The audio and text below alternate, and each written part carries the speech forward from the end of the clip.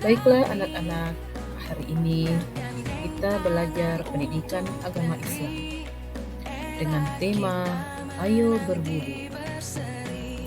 Baiklah anak-anakku sekalian, sebelum kita masuk tema tata cara berwudu, sebaiknya kita berdoa sebelum belajar terlebih dahulu. Bismillahirrahmanirrahim. Rabbi zidni ilman warzuqni fahman. Ya Allah, berilah aku ilmu dan kepandaian yang bermanfaat.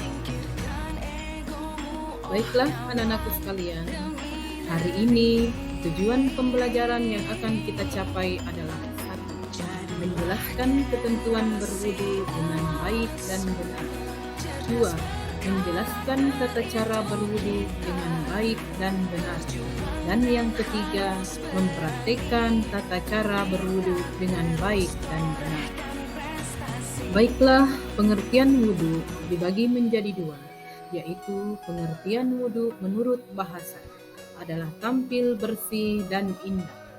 Kemudian pengertian wudu menurut istilah adalah menggunakan air untuk mencuci bagian tubuh tertentu dengan niat bersuci. Rukun syarat sah wudu yang perlu kita ketahui. Satu, beragama Islam. Syarat wudu yang paling prinsip adalah beragama Islam. Tidak sah wudunya kalangan non-muslim. Menurut pendapat Imam Nawawi, wudu adalah ibadah badaniyah, sehingga secara jasmani orang yang beragama Islamlah yang boleh dan sah melakukan wudu. Kemudian yang kedua, balik dan berakal sehat. Dapat membedakan baik dan buruknya suatu pekerjaan, anak kecil dan orang gila yang melaksanakan syarat wudu dianggap tidak sah karena belum bisa membedakan hal yang baik dan hal yang buruk. Kemudian yang ketiga, tidak berhadas besar. Yang dimaksud di sini berhadas besar contohnya wanita yang sedang haid dan nifas. Mereka juga dilarang sholat dan membaca Al-Quran, sehingga mereka sebenarnya tidak perlu berwudu. Kemudian yang keempat, menggunakan air suci dan mensucikan. Seseorang yang wudu tetap berprasangka bahwa air yang ia gunakan adalah air yang suci.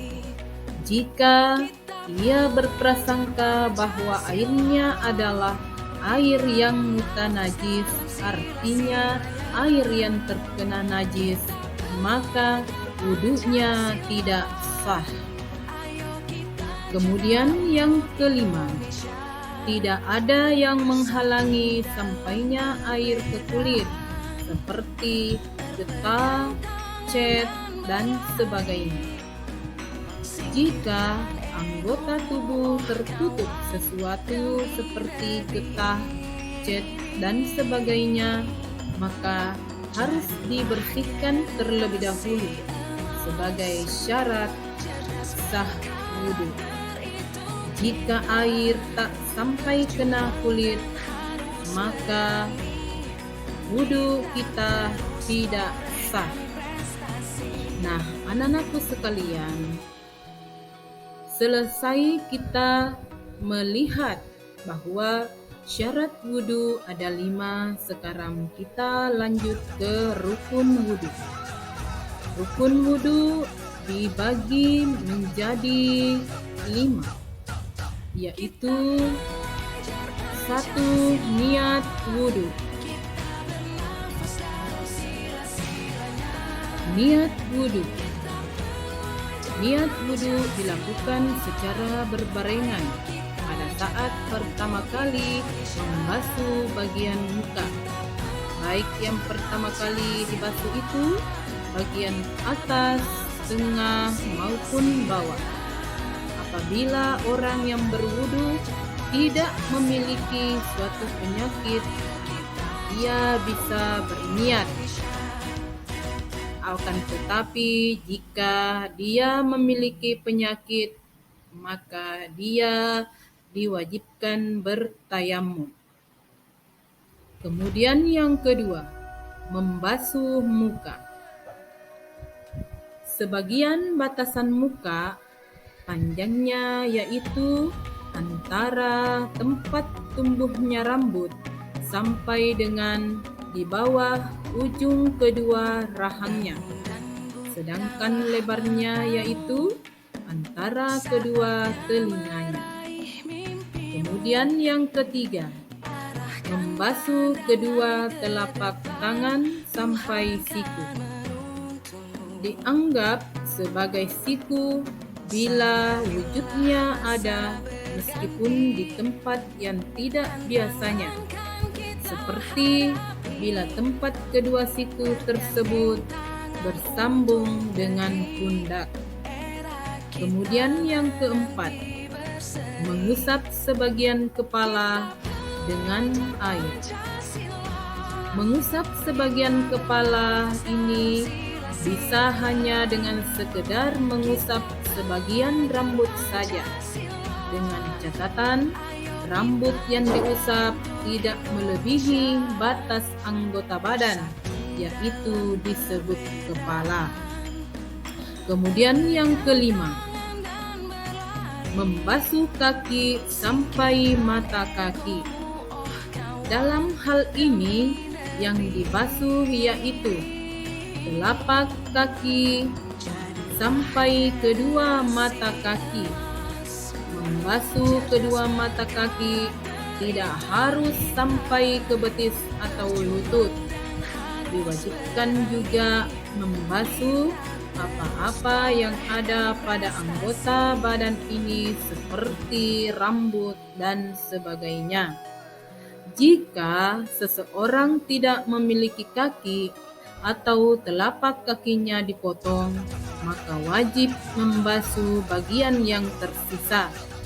Sedangkan bagian yang dipotong di atas mata kaki, maka tidak ada kewajiban membasuh baginya. Namun disunahkan membasuh anggota badan yang tersisa. Nah, kemudian kita lanjutkan anak-anakku sekalian, yaitu sunnah wudhu. Sunnah wudhu diantaranya 1. Membaca basmalah pada permulaan wudhu.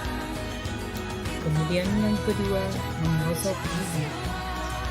Yang ketiga, mencuci kedua telapak tangan sampai pergelangan. Kemudian berkumur dan membersihkan hidung. Kemudian mengusap seluruh kepala dan mengusap kedua telinga. Mendahulukan anggota wudhu yang sebelah kanan daripada yang kiri. Dan membaca doa selesai wudhu. Adapun hal-hal yang membatalkan wudhu. 1. Membuang angin atau misalnya kentut. Kemudian buang air besar. Yang ketiga, membuang air kecil. Selanjutnya, menyentuh kubul atau dubur dengan telapak tangan. Kemudian tidur, dan yang terakhir adalah hilang akal karena mabuk atau gila. Anak-anakku sekalian, demikianlah pembahasan tema Ayo Berwudu. Semoga kalian dapat memahami dan mempraktikkan pelajaran ini dengan baik. Wabillahi taufiq wal hidayah. Wassalamualaikum warahmatullahi wabarakatuh.